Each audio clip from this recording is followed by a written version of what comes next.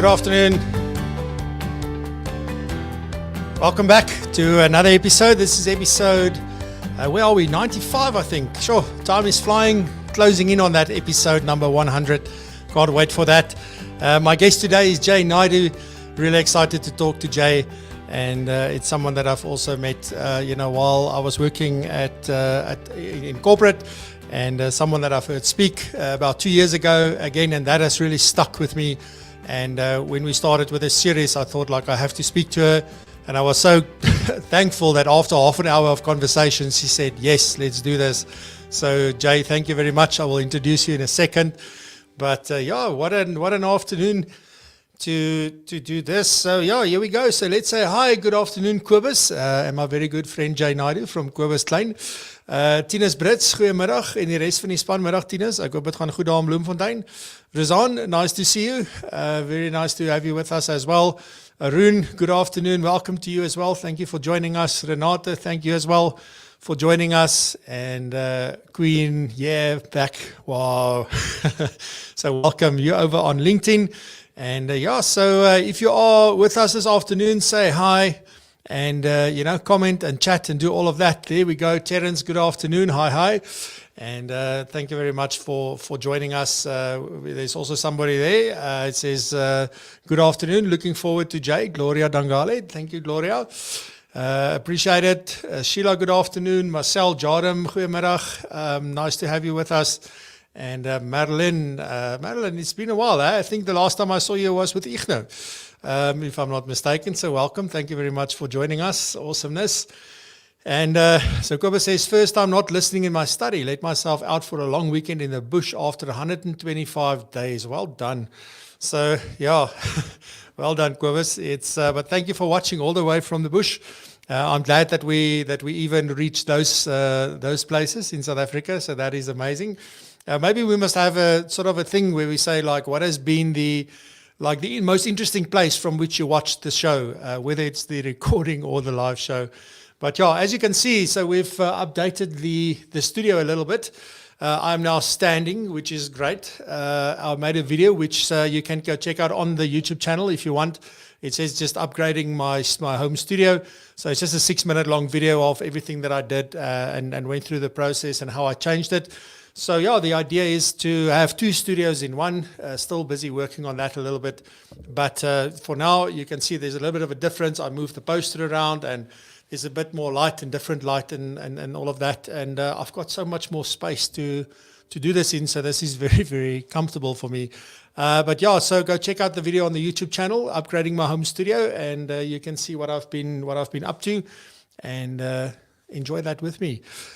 Cool stuff. So let's just say, Hananya, good afternoon. Thank you very much for joining us. Charity, good afternoon as well.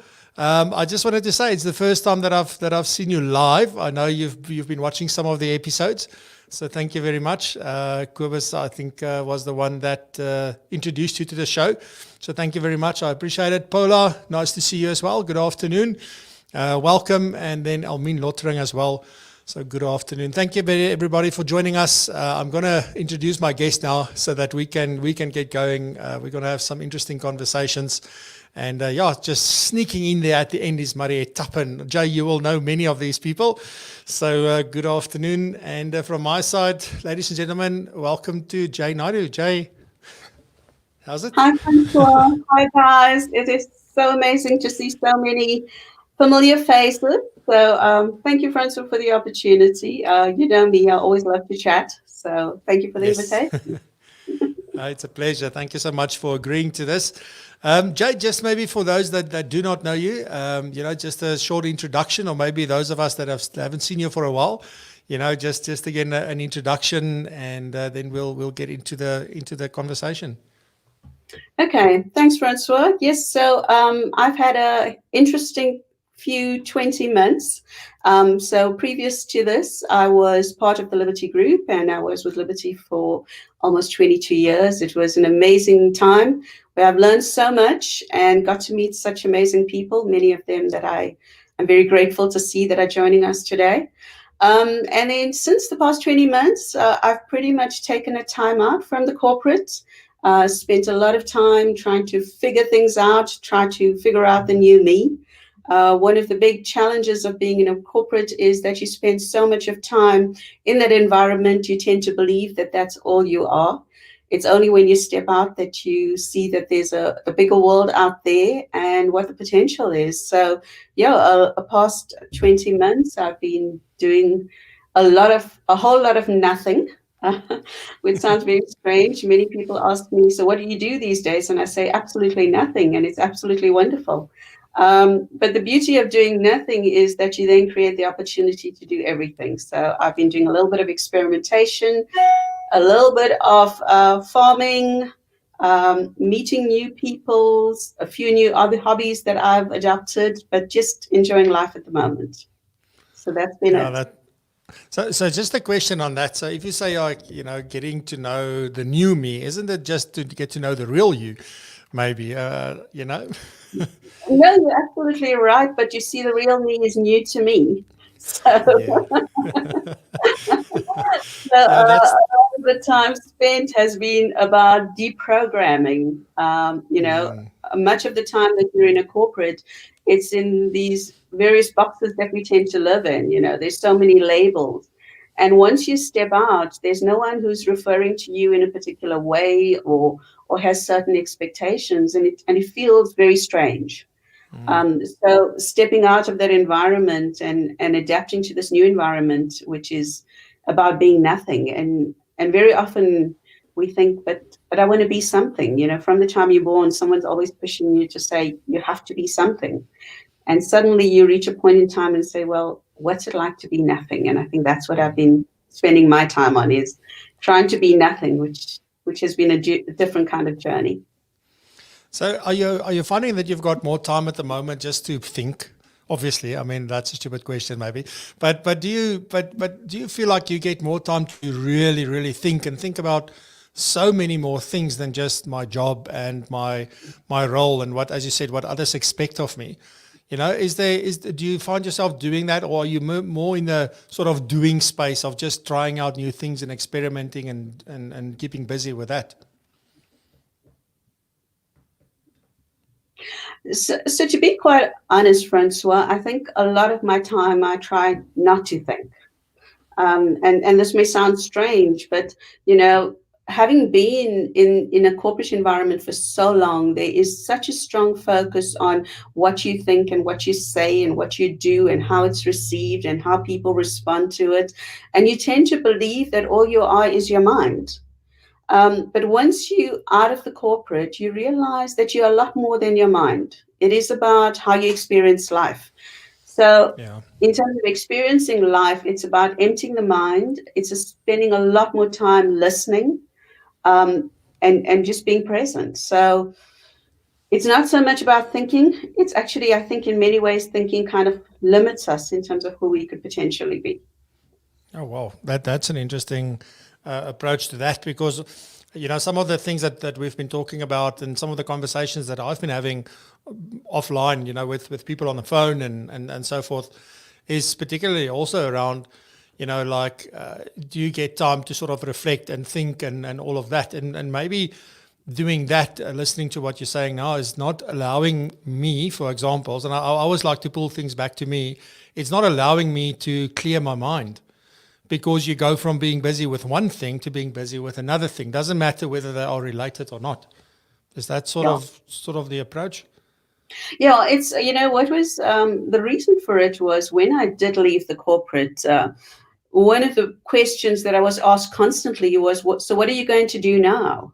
And there's so many people, and each person has a view of you. So in their minds, they see you as a particular person with certain capabilities. And it's amazing, there were so many suggestions about what I could do and what I could become. And in the initial few months, I really thought about that, and I realized, well, I don't even know if that is who I wish to be or that is who I am. So what if I'm none of those things? What if I don't even think about that and take time to not be anything or not think about anything? And for me, that was the beginning. That was the beginning of the deprogramming. That was the beginning of saying, maybe there's something more there that I haven't explored yet. So, and the only way that I can explore it in the most authentic way is by forgetting what I've known, or perhaps moving away from what I know and embracing all the unknowns and seeing what the potential is out there. And is there sort of a recipe for that, or a process for that? Or is this something that you're figuring out as you're going along, how to exactly do that? Well, I think an important part is that it's not something you can do in a crowd. So a lot of it, a starting point is your ability to find a space where you're on your own, to find your own place where there's a bit of silence. So there's not too many voices in your head or around you. And then the more you embrace the silence, you find that, you find the silence within yourself as well. So very often people try to find themselves in noise. And I think that's a bit of a challenge. So for me, it helps that I live on a plot and I have a great passion for trees and gardening and open spaces. So I have spent many hours just sitting under a tree and just enjoying the moment. And that has in many ways helped me. Yeah, no, that's amazing. And this sort of leads me in a way into sort of the conversation that I actually want to have with you. You and I have had this conversation before, and I also watched you speak at Resolute Man. And as I said to you, that really struck me. And there's a whole host of things that made me so uncomfortable and made me feel like, gee whiz, like, I don't know, you really challenged my thinking and all of that. And that has stayed with me. I think it's about 2 years ago that I saw you speak there. I mean, that's how fast time flies, or a year and a half ago, I guess. And this is this whole thing about going from one extreme to the other. And if I listen now to what you did, I mean, you were extremely busy in the corporate world and now going to live on a plot and start farming, basically, and doing a whole host of nothing, as you said. That's amazing. I want to come for a lesson how to do a whole lot of nothing. I just want to prepare you for that. But that is also going from one extreme to the other. Yeah. So I think from that point, it's like. No, go ahead, Jay. Sorry, you can go ahead. So for me, I look at it more from a perspective of deprogramming, as opposed to going from doing a lot to doing nothing. It was more a process of deprogramming myself in terms of my behaviors, in terms of my reactions to things, in terms of reacting as opposed to responding. And I think that's what we tend to do. Our life becomes so filled with everything that we just react. And because we simply react, that we lose the essence and the power of a proper response. And a proper response requires that time out. A proper response requires us to say, what does this actually mean to me? And why do I really need to do this? What does it mean in the bigger scheme of things? How do I prioritize these things? Or am I just running around because, someone has put me on this track, or I feel like a puppet? I'm pulled in so many directions that I've lost sight of who I really am. And so I look at my journey over the past almost 20 months as being a deprogramming of 22 years. But that does not mean that you lose all the things that you learned or the experiences that you had. All it means is that you have the opportunity to apply it in a better context and apply it in a more authentic way to you. Okay. And I mean, let's go back just because I want to set this up sort of in the way of like how, I mean, what this is doing for you and meaning to you, right? The things that you're doing right now. But if we go back to the corporate world, I mean, you started, at what age did you start in corporate? That was like right from the beginning after you studied, right? Did you go and study? Let me start there. For my sins, I have a legal background. So I did study law and I served my articles and I did practice for a short while, but shortly thereafter, I joined Liberty as a legal advisor. So my journey in Liberty, if one thinks about it, was a very technical type of profession that I went into. But the beauty of it was being the organization that it is, it allowed you to grow in so many ways. So I could move into different roles. And that is something I'm very thankful for.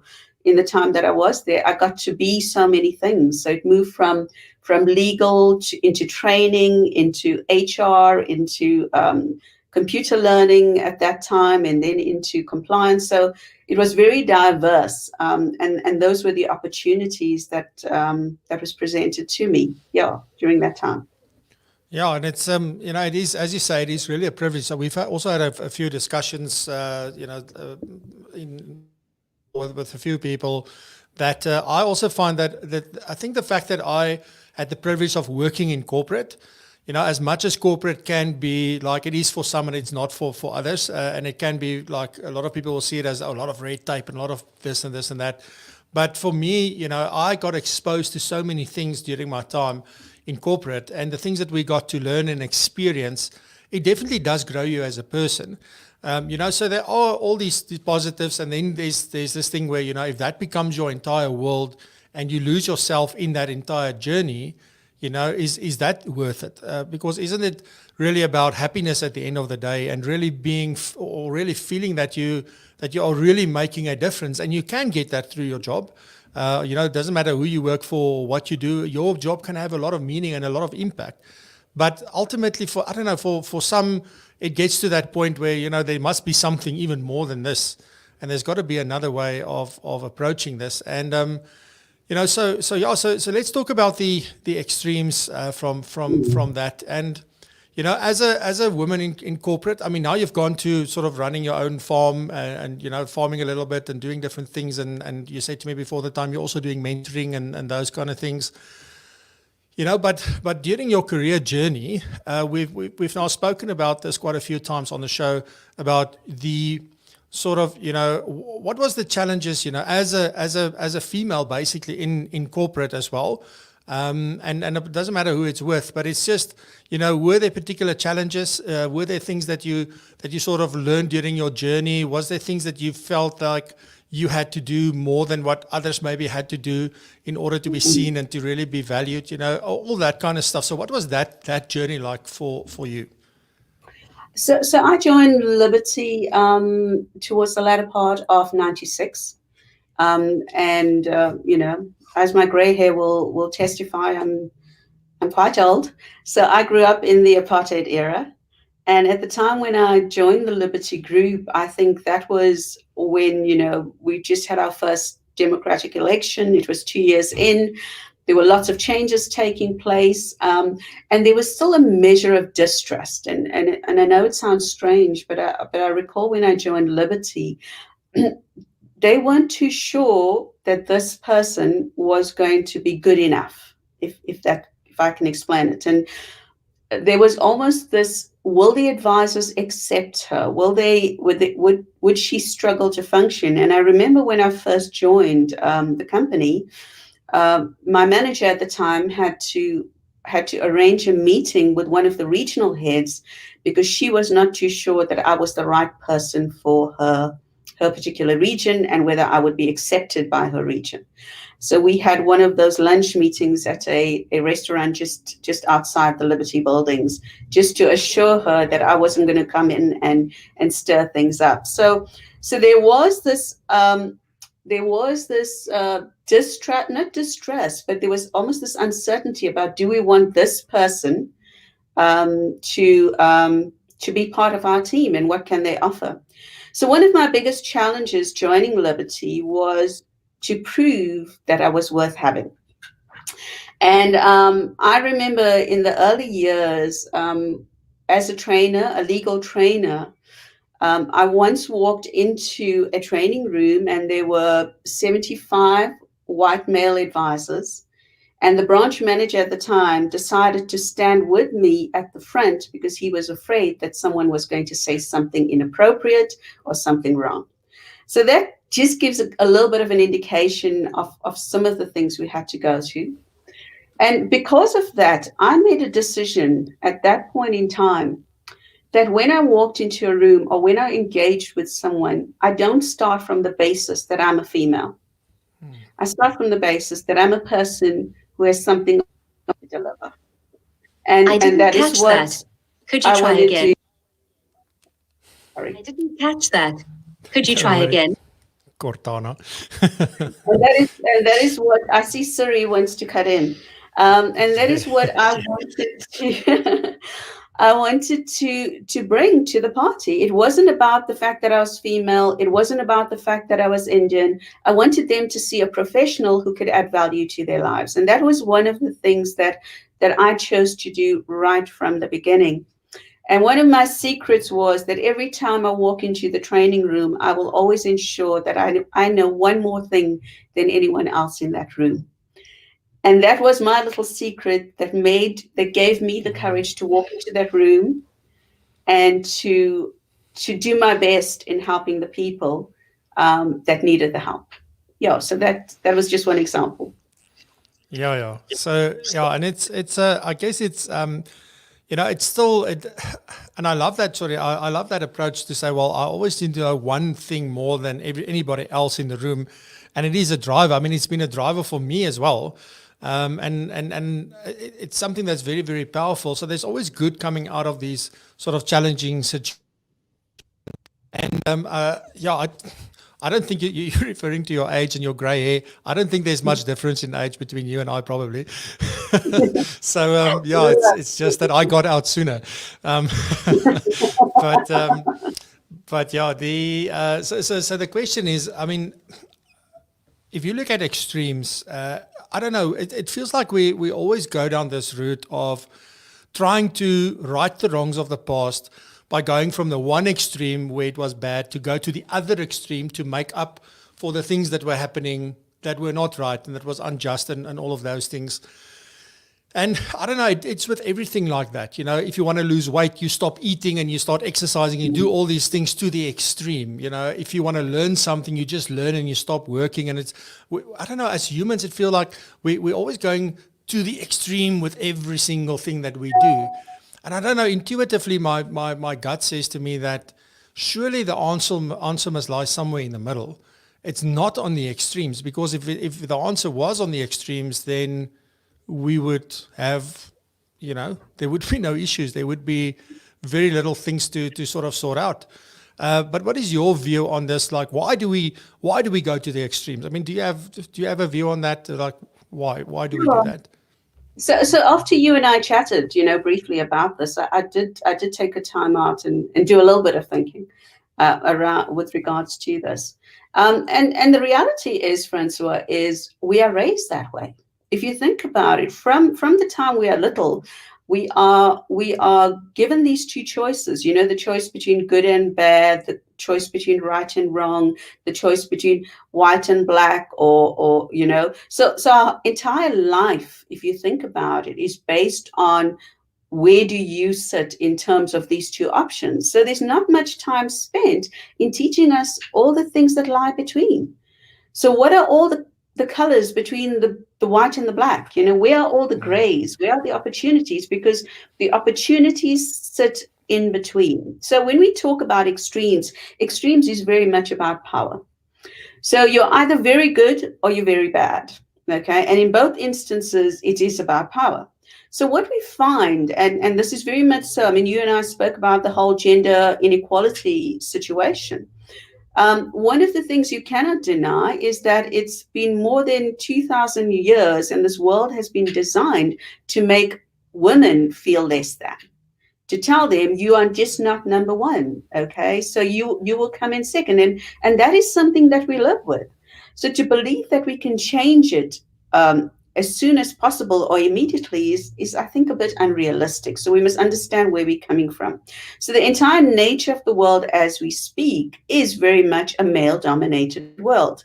But the question is, do we fix the world by becoming a female-dominated world? And that's not the answer. Because it's not about dominance. At the end of the day, what is it that we truly want? We want an equal playing field where every individual is seen as someone who has potential and can use that potential to better the world we live in and to improve the circumstances for all. So it's definitely not part of the extremes. And I think very often we're caught in that battle. And I struggle with the fact that very often when we see people who talk about the struggles of women, it's almost about how do we dominate the men? And I don't think gender equality is about dominance at all. Gender equality is about recognizing that as human beings, as individuals, we all have something to give. And how can we create an opportunity in the world where we can each give our best in the best way in order to make it the kind of world that we all want to live in? And I think that is the battle. The limitation of extremes, the problem with extremes is once you take an extreme position on something, where do you go from there? If you go from one end to the other, what you have done is essentially you've put yourself into another box or another prison, because there's no place to go once you take that extreme position. And very often our ego will not allow us to admit that perhaps I've made a mistake. So what happens is when someone takes an extreme position in a situation, because of their ego and their identity, they find it very difficult to step back from that position. So to your question about extremes is something that unfortunately we've been brought up with. It's part of our brainwashing. And that is why that's how we react. So extremes are very much a reaction. It's not a response. Yeah, and it's so true because I mean, if you say, well, if it's about dominance, then it should have said gender dominance and not gender equality, because we it's like we misread or we just misreading the word equality and really understanding what that means. And I think there are so many levels of equality, or so many aspects to equality. Let me rather put it that way. There's many that have obviously alluded to the pay gap between the different genders, the difference in opportunities, and more. I must say that things are changing. It's just changing slowly, but you are seeing more women doing work that previously, you wouldn't have. Like a very, very simple grassroots kind of level. If you look at the people working on the side of the road, cutting grass, cleaning up, doing those things, you would never, ever in your life have seen women do that job. But now you do, so that's very, obviously at a very physical level and all of that. But I think things are slowly starting to change. Even the previous episode, I had Bernadette Rigney on the show, she's got a disability, but she's an advocate for this and an activist for disability. She was involved with the 2010 World Cup, and she was involved with the Gautrain designs and all of that, because people don't understand. And don't you think that that's sort of also the same when it comes to gender? That's the one thing that we don't understand, the different the different so genders. someone said something really interesting. Yeah. So someone said something really interesting in terms of the issue of gender, and yeah, it might sound a little bit controversial, but it essentially says gender is only relevant in the bedroom and the bathroom, and in all other areas of our life, gender has no relevance. Simply being that, what is the whole gender discussion all about? Because at the end of the day, if we look at ourselves as human beings with potential, then shouldn't we be allowed to give expression to that potential in every way possible? It doesn't really matter. If you are willing to put the time, the effort, and the energy into doing something, why shouldn't the world recognize that? And in many ways, that's what women are asking for. And if you look at what's happening in the world today, there's so many things that are changing, and they're changing in every moment, in every second. We are in the midst of the fourth industrial revolution. We've got AI who's now going to potentially move in and do a lot of the things that we thought we could do. So what is effectively happening is that whether you're a man or a woman, you are going to become disempowered by systems and technology. And the question is, how do we change that? How do we still have meaning? How do we have meaning as human beings, as opposed to us being stuck with the labels of male, female, wife, husband, daughter, son, father, mother? Those labels are relevant to particular situations, but they should not be coming into our lives in every situation. And a lot about stepping back and looking at the world is saying, I am life. This is who I am. What is the quality of the life that is within me, and how do I give expression to that life? And even if I look at you, Francois, and you look at your life partner, what do you see first? Do you see your wife or do you see a life? And that's an important distinction, because if Yeah. you see your wife, then it's all about you, right? It is about what is being given to you, what is brought to you. But when you see a life, then you're showing true respect to what's on the other side. And you're showing true regard for what's on the other side. And therefore, you can join with that life. And together, you can do amazing, amazing things. And you can build a life for your children. You can create things in the world, and you can give expression to who you really are. So a lot of this issues about gender and being caught up in gender is what we need to move away from. And we need to move away from the labels. And the time that we spend, on our own, thinking about these things, we need to say, what do I value more? Do I value life more, or do I value the label more? Yeah.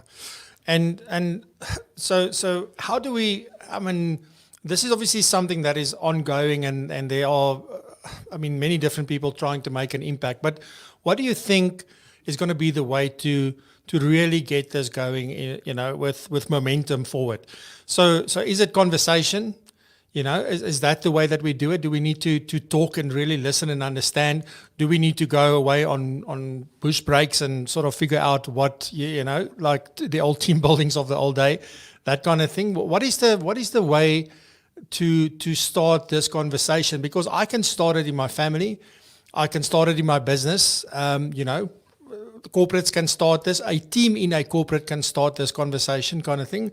But is conversation the way, or what do you think? How do we start changing this? Well, there's two things. The one is the conversation starts with you. So it's the conversation you're having with yourself that is most important. Very often we believe that the solution is somewhere out there, when in fact the solution lies with ourselves. So the starting point is to say, what are the things you tell yourself every day about how you live, what you choose, how you choose, who you engage with, what you see? What do you, as a male, if we can use that, as a man, see when you see a female in a corporate environment? What do you see? Do you see a female, or do you see a human being? A human being with ambition, a human being with dreams, a human being who wants to give their best? Is it possible for you to see that? Very often when I chat to my male colleagues, and it's something that I tell them that they find very shocking. And I always say, with all due respect, you cannot empower a woman. Only a woman can empower herself. But as a man, what you can do is to look at that environment, look at that situation, and sometimes you need to step back or step aside and allow the woman to step forward. So when you say that I empower the woman, what you're effectively doing is you're disempowering her. Because by saying I empower, it comes back to you. And this is not about you. This is about the individual on the other side. So what women are essentially saying is, give us the opportunity. Because the world has been designed in this way that we have to fight at every turn. All we're asking for from you is step aside, step back, or open the door. But we will go in and we will empower ourselves. Because the reality is, and I don't think many can dispute this, is that when it comes to getting things done, one of the things that women do is women do what needs to be done. Whether it's in their household, whether it's in their office, whether it's, in a schoolyard, whatever needs to be done, a woman does it. A woman does the work that needs to be done. So it's about time for men to let women do what needs to be done. That is honestly my view. Yeah, and I love that. And now that you said that's exactly one of the things that hit me when I heard you speak at Resolute Man, because it was exactly that women empower women or herself. It comes from within, but we can make it easier by removing obstacles and things like that for them. But, and that is sort of, and that's where I, for the first time, felt like, oh, okay, so what you're saying is that, and that was just my interpretation on the day, is that what you're saying, Jay, is that I need to now step back and we're gonna reverse roles. And it took me quite a while to get to the point where, like, that's not really what you were saying. What you were saying is open the door so we can also play. Well, I said play is maybe not the right word, but come and do what we do with you. In other words, like, now we can do more together.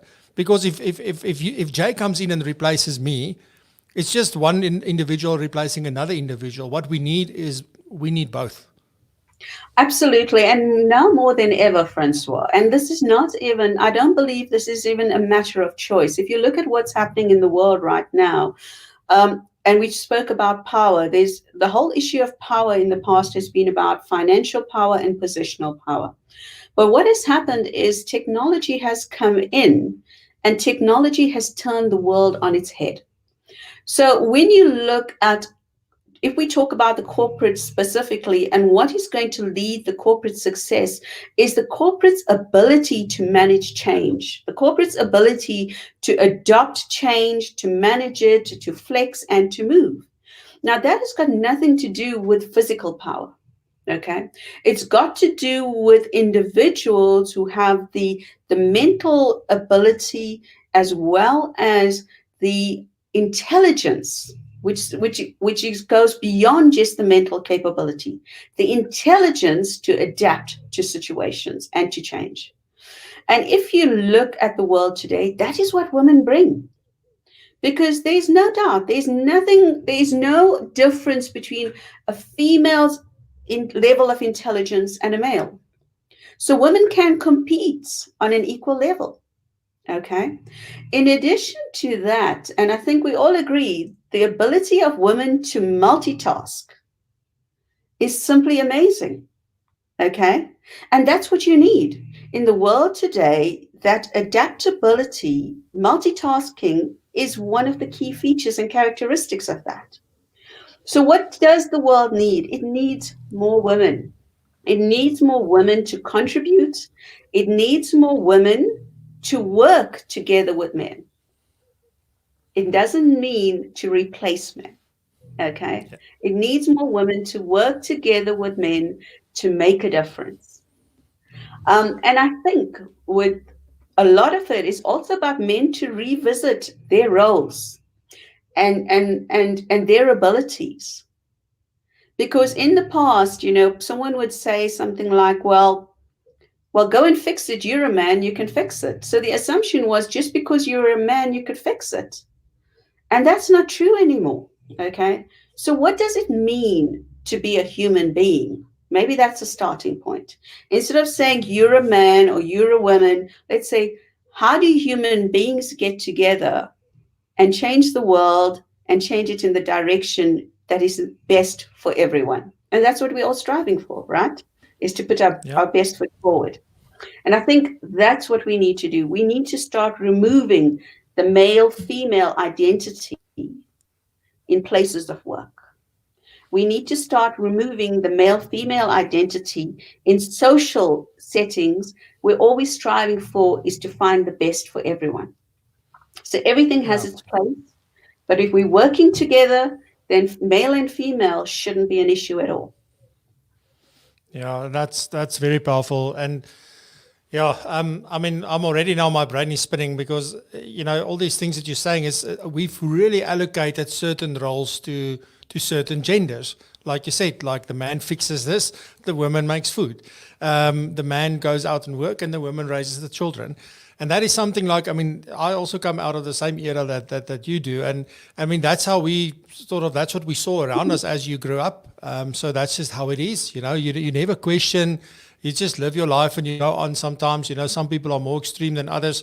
For me, it was a case of, you just go ahead, and it's only once you hear a story and then you hear another story and another story, and then you listen to Jay speaking on stage, and then it hits. So it took me like a while for this to become a thing. And I said the other day as well, one of the turning points in my life was when I attended GLC. I don't know if you also were at GLC at the Standard Bank Global Leadership Center. It was 2008, 2009, roughly thereabout. That was one of the most transformative experiences. And I mean, that was very business focused. but also there was a lot of things that I learned, from how I was with my children, and things that I was saying and things that I was thinking and the way I was viewing things. So unless you get these kind of conversations that are going to sort of challenge, and if you get uncomfortable, like I remember I was extremely uncomfortable that day when I was listening to you, that's where you need to sit up and listen, and you need to really pay attention. If it doesn't faze you, that's probably not an issue. But if it's something that goes against what you believe or the way you think or anything like that, so as you said, really starting with yourself, because that was sort of my thing. Where do we start? But when you said like you start with yourself, it's like anything in life. If I want to have a good marriage, it starts with me. I can't say if my wife does this, then I will do that. It'll never change because I can't make her do that, because she's sitting there saying like, as Francois, like if he does this, then I will also do this, and that's the problem. So I think everything in life actually starts with us as individuals. And then we can amplify this by taking it into our businesses, into other spaces to sort of talk about it. It's also, I think, what is important is we must understand that we function within a system. Okay, so there's different types of systems that are operating continuously. So you've got the natural order of things, and in many ways, there's not much that you can change within that particular system. Okay, I mean, you need oxygen to breathe. I need oxygen to breathe. If there's no oxygen, then we're both going to die. So those are existential systems that we need to recognize that are part of our lives. And if you think of what we're going through right now, this whole COVID scenario shows us how helpless we are in this existential system, because we can't respond to this virus. We don't know what to do. So in as much as we think we are so powerful, we're actually quite helpless in the situation. So that's one example. The other example from a systemic perspective is what's happening in the world, is that what you do and what I do on this end, in as much as we're not always aware of it, we are continuously connected. So in this world, we are not islands. Everything that happens has an impact somewhere down the line. So the question is, are you aware of it? Or are you so involved in your own little bubble that you don't know what's going on around you, that one day this bubble is going to be burst and you're going to be totally lost? And unfortunately, that's what's happening with many people. Their lack of awareness of this world that we're living in, as to what impacts their world, as to how their choices impact the world, and how they can make a difference. So from that perspective, I think it is so important for us to look at the world just beyond ourselves, because we become so self-absorbed that we think we are the end all and the be all of everything. And that, again, is where we limit who we could potentially be. So in that regard, we must understand when Francois makes a decision for himself, what happens 5 steps down the line to someone else? And if you look at the world today, there are more single parent families than there's ever been before, if you think about it. So there are more women that are heading up families on their own. So there's no male figure in those families. So what are they teaching their children? How are they functioning? And those kids are part of that next generation that's going to own this world. So what are they going to inherit? For me, one of the things that truly bothers me is that what do we leave for the next generation? Because we're so busy judging them that we never look at ourselves and said, did we make the right choices so that they can inherit a world and just pick it up and run with it? Or have we placed so many obstacles in their way by the different kinds of boxes and labels that we have burdened them with and that they now need to fit into? So I think these are the kind of conversations we need to have, but we need to first start with ourselves and say, who am I and what do I contribute as a human being? Not necessarily as a man or a woman, but just as a human being. And clearly, Jay, this isn't an hour long, is not enough to have this conversation. I mean, I was just listening to you, I thought like, wow, this can go anyway now. There's so many aspects that one needs to consider here. So this is really something that needs to be approached like bit by bit and just, and I'm still stuck on that. It starts with me. It starts at the end of the day, my decisions and how I choose to think, because everything is a choice. And we can Yeah. choose to do that. But I think the starting point for that, somewhere I sort of was part of something, and what I learned in that session was that the only way that you can choose what you think is if you change what you believe. And the only way that you can change what you believe is with new information. So that means that you and I need to have a conversation so that I can understand your point of view. And I need to have multiple conversations like that so that I can really get to understand. And then I'm really in a position to say, well, look, I mean, obviously often you will know if you are like the way we think and the way we act it's not good for us or for society. But I think once you have these conversations, you can really like challenge the things that you have taken for granted and just, this is the way it is. And I think it's really like, I just want to thank you so long for being so open and just sharing all of this and these views. It's very, very powerful. And I'm enjoying this. I said when I sort of promoted this, it was going to be like a very robust conversation. It's not going to be the airy-fairy, all the nice, beautiful flowers kind of conversation. Like these are really the stuff that we need to hear and that we need to think about.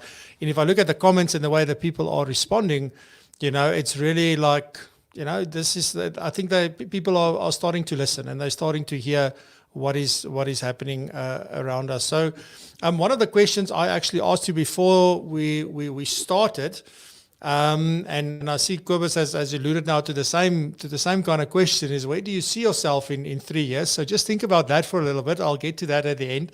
But I do want to chat to you about what is next for Jay.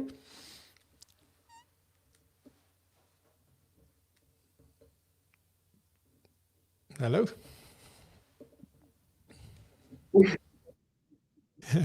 Sorry, it broke up there for a little bit.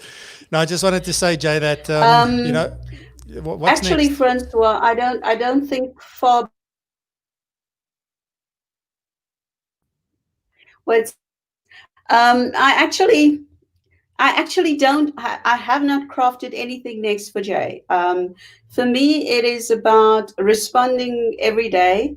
I have a strong passion for working with people. I love to see people fulfill their dreams, and in any way that I can help them, that's where I want to be.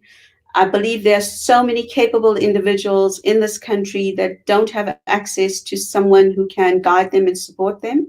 And that is very much something that I want to do and to assist with.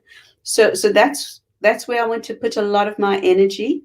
But yeah, no, for me is if I can be nothing but do everything, then that's the way I wish to be.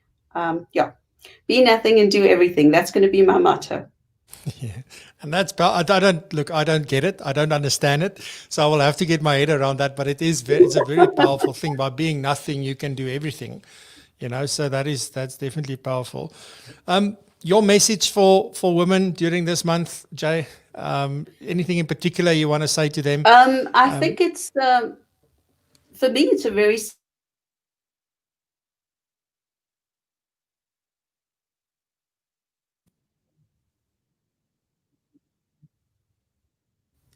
You can continue. Sorry. Yeah, Francois, I think it's simply it is to understand that everything that you need in order to be your best self, you already have. There's nothing out there that can make you the best version of yourself. So everything that you need to empower yourself to achieve what you need lies within you. And I think it is so important for you to take the time to get to know you, to know what really makes you tick, the things that define you, shape you. These are all things that is within your hands. So my message to women is that you are an amazing example of life. So go out there and be life and celebrate life, because that's who you really are. That's what an amazing message. Jay, just from myself, thank you very much. I really appreciate you taking the time. I think it's been an awesome conversation. Thank you very much for being with us on a Friday afternoon. And all the best of luck with all the farming and the mentoring and all the good stuff that you are up to. we'll definitely keep in touch, and who knows, we can have some more conversations, as we go through. But just from my side and from the audience's side, thank you very, very much for your time. Thank you so much, Francois. Thank you for the opportunity. And I'm so pleased to see so many of my colleagues. And I just wish you guys an awesome weekend. And and hope we continue the conversations. That'll be brilliant. Good stuff. Thank you very much, guys. Have a good one. I'll see you back on Tuesday morning with Amanda Potgieter. Join me for that one. Bye-bye.